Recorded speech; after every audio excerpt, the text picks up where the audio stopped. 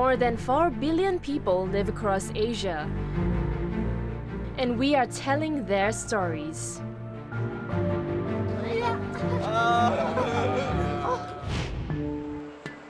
In this edition, how Myanmar, a country where long hair is sacred and a badge of beauty, became one of the world's largest suppliers of human hair. ဟုတ်ပဲတကယ်အခက်အခဲဖြစ်နေလို့အဲ့ဒါလာကြောင်းတော့မရောင်းချင်ဘူးသူများကြီးရှာတော့လေအတိုးနဲ့ရှာတာလေမလွယ်ဘူးဟောလေဘယ်လိုပြောရမလဲလူရှင်နဲ့စိုက်တယ်ဖြစ်လာလို့ပေါ့နော်အဲ့လိုမျိုးဖြစ်တာပဲရှိတယ် Jim Spears' dream was to have a home by the Great Wall of China, but he had no idea he would go on to do more. The population is aging. There's no good jobs for the young people. They're moving away. What we would like you to do is to start a tourism business in the village.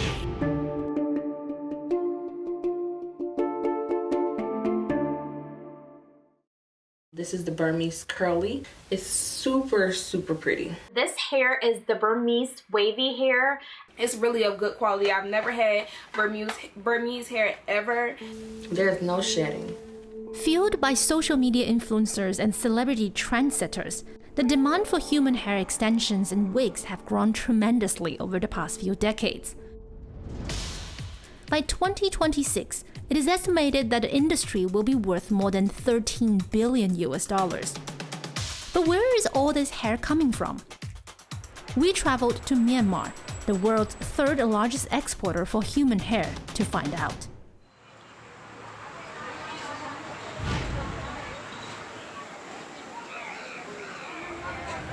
In this market in Yangon City, hair has become a commodity. Hair is being bought and sold alongside with everyday items like food, clothes, pet fish, and kitchenware. We see many girls come here with waist-length hair and leaving with a short bob and sometimes teary eyes. At Insing Market, we met 60-year-old Miro Lu, who had to force her weeping daughter to sell her hair that will most likely be exported to be made into wigs and hair extensions.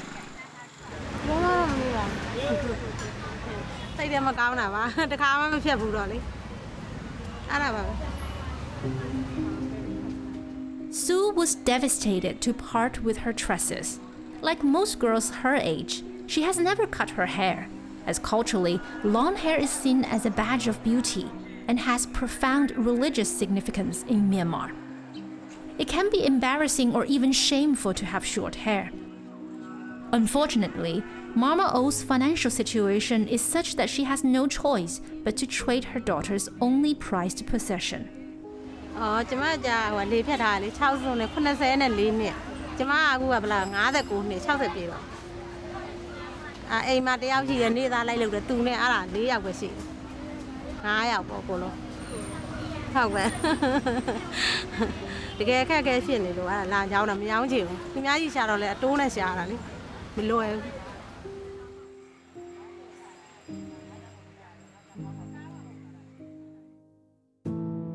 Buyers say the reasons women want to sell their hair vary.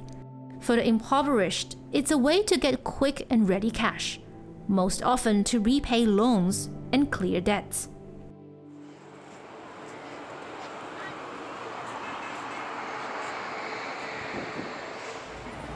Hair is a deeply personal commodity and disproportionately sourced from women. It is often the most destitute women who are forced to cut and sell their hair. Here in big cities like Yangon, women are wising up to the worth of their hair. But in rural areas, women are still selling their hair to visiting traders at below the market rate. Local sellers say 100 centimeters or waist-length hair can fetch up to $150 to $200.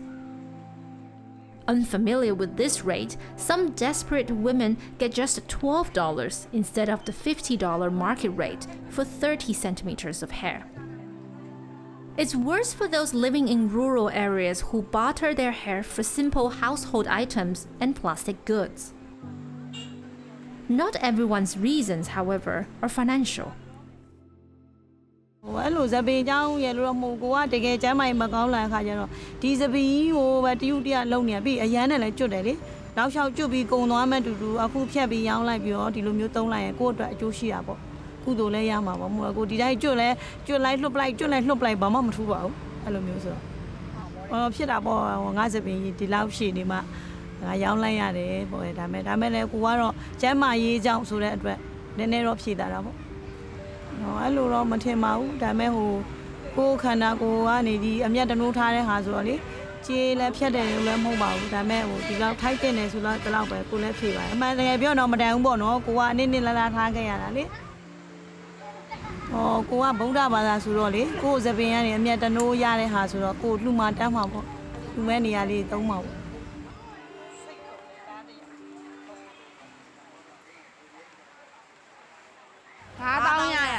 9000ရတယ်ဆိုလို့ရှိရင်အမှ तू ကတစောင်းတိုင်းစီမီထုံးပွဲတို့ဘာလို့ဆိုလို့ရှိရင်ရက်ွက်ထဲမှာအလှူတန်းတွေရှိတယ်နောက်ဆရာတော်တန်ဃာတော်တွေကိုပင့်ဖိတ်ပြီးတော့ပရိတ်ရွတ်တာပဋ္ဌာန်းရွတ်တာတွေရှိတယ်သင်္ကန်းကတ်တာတွေပါရှိတယ်အဲ့ဒီအတွက်ကိုလှူတယ်လှူဖို့ငွေကိုတော့ဥပမာအခုဒီမှာ9000ရတယ်ဆိုလို့ရှိရင်3000လောက်ကိုလှူဖို့ဖယ်ထားတယ်2000လောက်ကိုတော့သူ့စပင်လေးကိုပြန်ပြီးရွှိုင်းဖို့အတွက်ဖယ်ထားပါတယ်ညီမတို့ကမြန်မာလူမျိုးမြန်မာဗုဒ္ဓဘာသာလူမျိုးဆိုတော့ခေါင်းမွားစပင်ဆိုအထွတ်မြတ်ပဲအဲ့တော့ညီမတို့ဘုရားသားတော်ကလည်းအထွတ်မြတ်ပဲအဲ့ဒါကြောင့်မို့လူချင်းတဲ့စိတ်ကအလိုရှိတာအဲ့ကြောင့်မို့လည်းညက်ပြီးလူပြတာ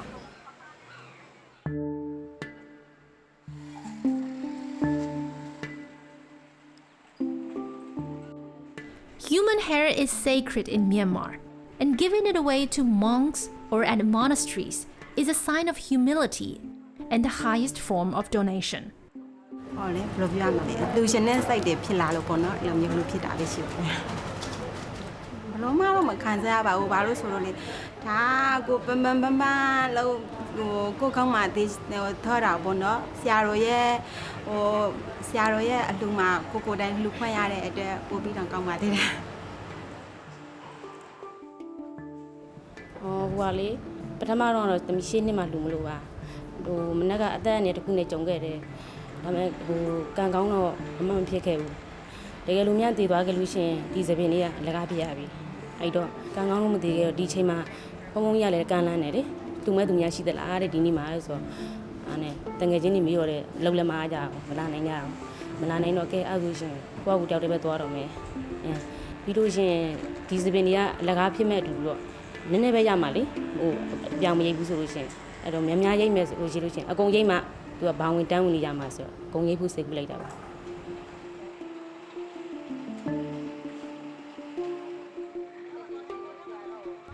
The money raised from selling donated hair goes towards supporting the monastery and for infrastructure projects like building schools, hospitals, and bridges in remote, underdeveloped areas.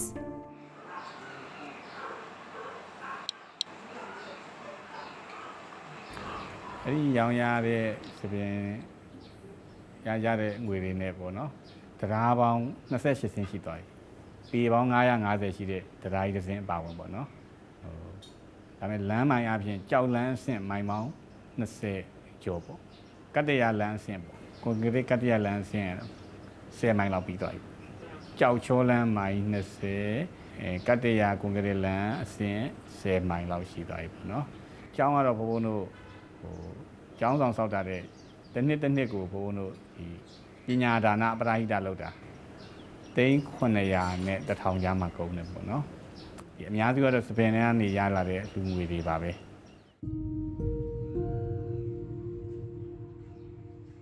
Beyond the cultural and religious drivers, the human hair industry has also grown into a lucrative economic opportunity for Myanmar and its people. According to UN Comtrade data, the nation's hair exports were valued at a whopping $9.46 million in 2020. To get an insight into how the trade has evolved in Myanmar over the last decade, we returned to Insing Market to speak to Do San Sante, who has been in the hair business since 2006.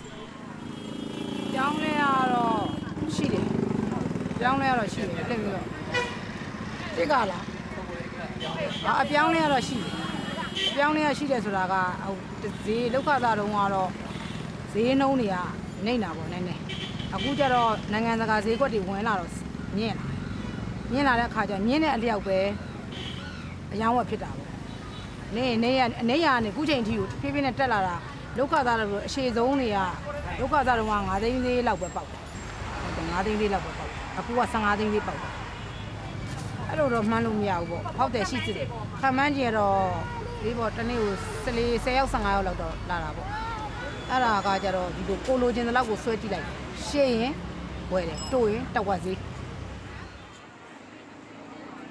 Human hair being exported from Myanmar can be categorized into two types. You have the cut hair, of course, and they're straight from girls, have blonde hair, and they will end up to be wigs and hair extensions for high-end markets in the West. You also have hair balls. These are collected from the hair brushes or sometimes even rubbish bins. They will have to go through a process of being sorted, combed, and all the same length put together, and eventually it will look like this. This sorted hair is then sold to buyers mostly from China, who convert them into wigs for the Western markets. These wigs can sell for $900 to $2,000 per piece. ဗမာကုန်တယ်မဟုတ်တရုတ်ကဓာတ်ဝယ်တာဗမာပွဲစားရှိသူတို့ပေါ့နော်ဒီဗမာစကားဂျားထဲမှာဆိုတာပွဲစားရှိမှလည်းအဆင်ပြေမှာလေစကားပြန်တော့အဲ့ဒါသူကနေပြီးတော့သူ့ပွဲရုံမှာထားပြီးတော့ဒီကလူတွေရောင်းတယ်ဒိုင်နေကြတော့ဥမာပေါ့100ဘိုးလောက်သူတို့သိန်းဥမာပေါ့800ဘိုးတက်မယ်1000ဘိုးတက်မယ်သူတို့တစ်ခေါက်တက်သွားတဲ့အခါမှာသူတို့က200ခိုင်လောက်မြင့်ရင်လုပ်တယ် China supplies nearly 70% of the world's wigs and hair extensions. This also makes it the biggest importer of raw human hair.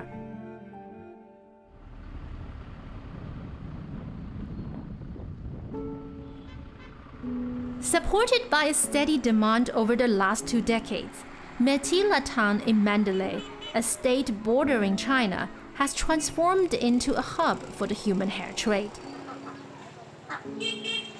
Traditionally agrarian, the people here abandoned farming due to frequent droughts and water scarcity, and turned to sorting, cleaning, and treating hair instead. One local company at the top of the supply chain is Tit Hair. They're headquartered in Yangon, but one of their biggest workshops is in Metila. We collect sometime from temple and monastery, and some girl, before they go for meditation, religious activity, monks keep braided ponytails as cut from the girls. So this is a very pure, high quality. Even its price is extremely high, $150, $160 per kg. Sometimes some girl come and sell the hair because their husband in the hospital. So even though they love the hair, they cut and sell. There are hair collector every village. Those people also come to us to sell for some profit. So we collect like this. Min Zhao told us that since Myanmarese hair is amongst the softest and most sought after in Asia, its demand is fast outpacing supply. He says on average he sells more fallen or discarded hair than freshly cut kind. Though it's cheaper, selling fallen hair requires more effort, he says, as it has to be untangled, brushed, washed, dried, conditioned, and brushed once more until it shines. Head cut hair every month, 1,000 kg, 2,000 kg, let's say, but waist hair, fall hair, availability is 100 times, minimum 50 times. Also more customer because of the price attraction. For Min Zhao, modern fashion trends and increased competition is making it harder to source long, virgin, or chemically unaltered and undamaged strands. We noticed that Myanmar girl even in the city, they do not keep long hair. They put it dyed, colored. By the point of they sell, the fund is down half. This is one reason, one cause for limiting to sell high quality. For example, like 2008, I could collect 3,000 kilograms, 4,000 kilograms a month from 12 to 30 or 40 inches. Now 1,000 kilogram, not so easy because more buyer. To meet the demand discrepancy, the growing competition within Myanmar has led a lot of traders to mix hair from India and sell it under Myanmarese branding. There are also reports that traders tend to add colored hair to virgin hair, which could reduce the wig's quality. In some cases, synthetic or animal hair has also been passed off as virgin human hair. The lack of quality control could be because the Myanmar government does not see human hair as a commodity. There's no product code listing, no corporate tax. The government or the other ministries have been busy focusing on the areas that generate more income or more to the national coffers. This lack of oversight also means there is no regulation to make sure the women who sell their hair are adequately compensated. They have no legal recourse in case of a dispute. There are no work guidelines or minimum wage for workers in hair sorting centers. That can be considered if the industry grows, and the government should see that there's no exploitations by the value chain, and all these stuff can be examined or evaluated if the industry grows and enlarges. But in the meantime, if they are happy with what they are receiving, or if they are comfortable with these, I think the government should focus more on other sectors like manufacturing, services, or trading. Even though the authorities don't acknowledge it as an important industry, on the ground, human hair, this deeply personal possession, has provided many communities with income and livelihood. While the traders, the wig makers, and even influencers reap the rewards, it is often the women, without whom the trade would not exist, who end up receiving just a tiny fraction of the true worth of their luscious locks. For Assignment Asia, I'm Miro Lu in Myanmar. How one American built his dream home in China and is now helping others do the same. My dream was to be able to have my own home under the Great Wall, and I didn't think it would be possible as a foreigner.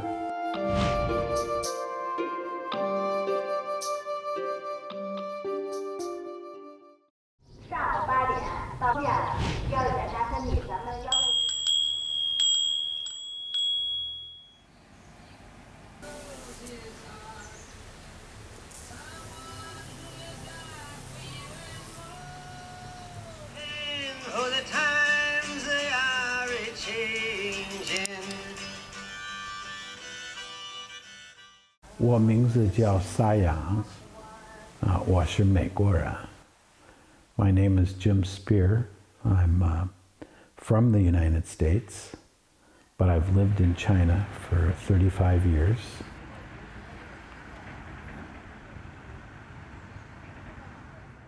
When I first came to see this village, it was in March of 1986.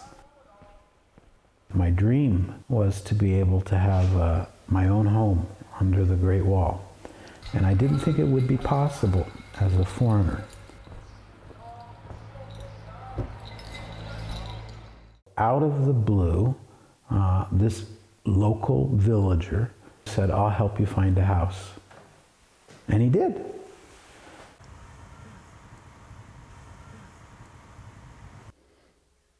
I guess this is it. Jim, are you in? Oh, yeah. There you are. Hi, how are you doing? Thank you very much. Really nice to meet you. Lovely to meet you too. Wow, look at this. Please, come in. Thank you. So wow, this is fantastic. This is our house. We can get a sense over here of what the whole thing is like. Of course, we have another whole house in the background. So I'm going to explore everywhere in here.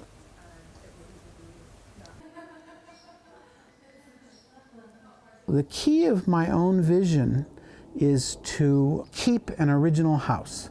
instead of tearing it down, because that gives respect to the people who originally could only afford to build a house like this. When Tang Liang and I moved back to China, we had nothing. We had a cardboard box full of disposable diapers, and that was all that we arrived with. And so every last bit of this, except for a few pictures, have been accumulated during our lives here.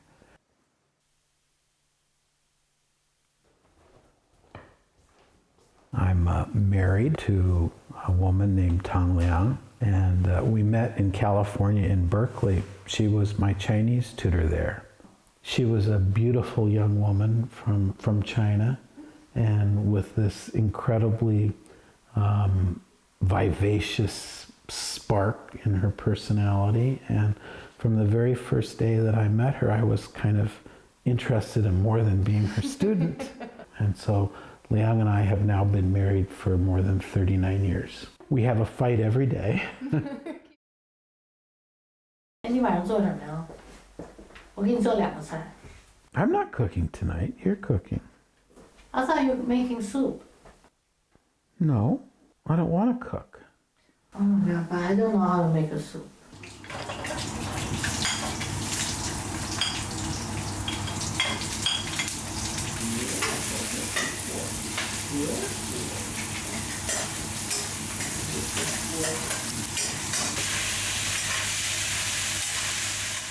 From the time I was a little boy, I drew plans and did designs and so forth. And then for the last 15 years, it's been my job. In the studio, 3 sides are completely... When I get a project, I don't necessarily get to pick the prettiest site or the prettiest old house. I have to take what the client has and then fit all the functionality that they want to realize their dreams and yet also be true to my own vision.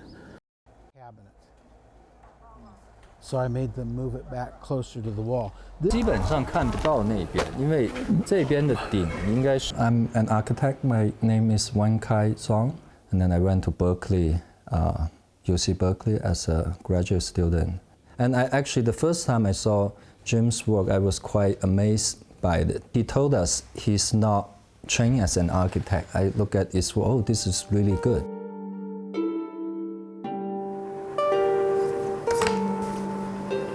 Jim actually has a lot of experience building in the countryside, probably much more than I do.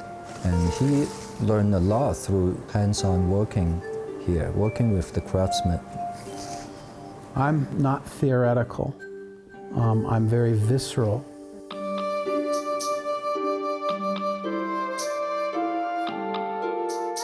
A lot of times my designs, I go to sleep at night thinking of them and walking through an imaginary house or space that I'm designing.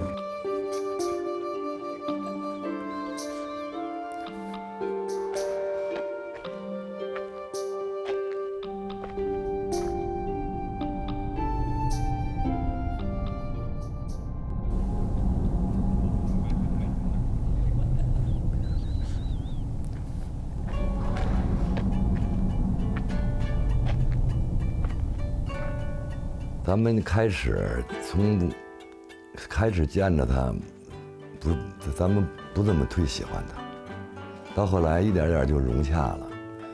你看他这个举止，这个还有这个环境这方面，他都弄得特别干净。The mayor turned on the loudspeaker system down at the village hall, and it says in Chinese, Jim Spear, report to the village hall now. And you were up here. I was up here.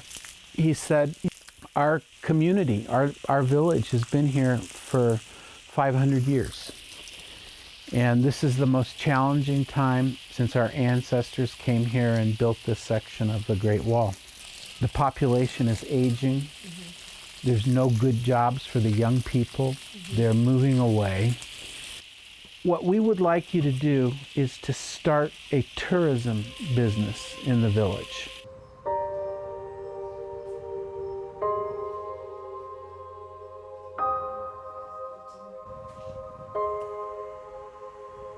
通过那撒羊肉这个小园的影响，我们就把这个村里边这个闲置的这一块土地，那块土地就收了，就做成公园，把这个环境就这样的就一点一点的变了。08年咱就是北京，咱们北京市咱们这个最美乡村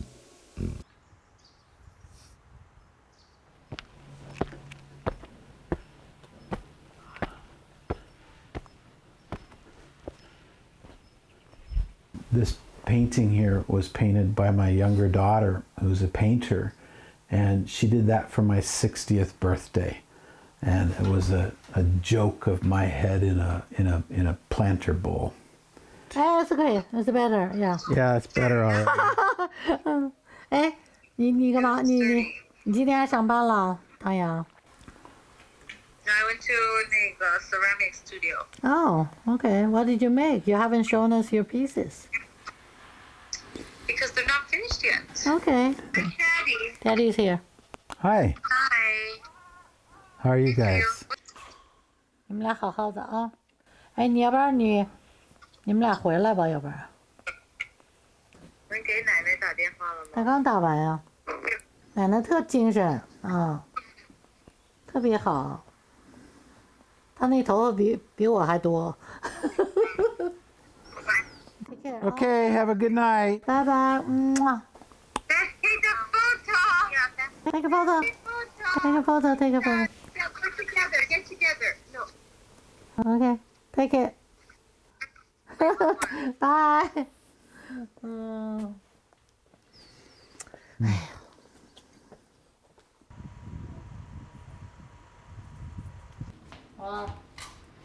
Well,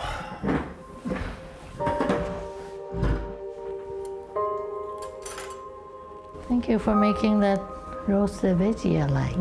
thank you for the other dishes. This is too salty for your information. I don't know. This may not be salty enough for you. Just use the spoon to tell John what you like. You try my mushroom. 有点凉了。 Well. 这么长时间在农村，我的口味也比较重。Well, Leon, in spite of your bad temper, I love you. We shouldn't cook together. No, we shouldn't cook together. I'm very fortunate to be welcomed to live here by my neighbors. I consider this to be my home in a village under the Great Wall.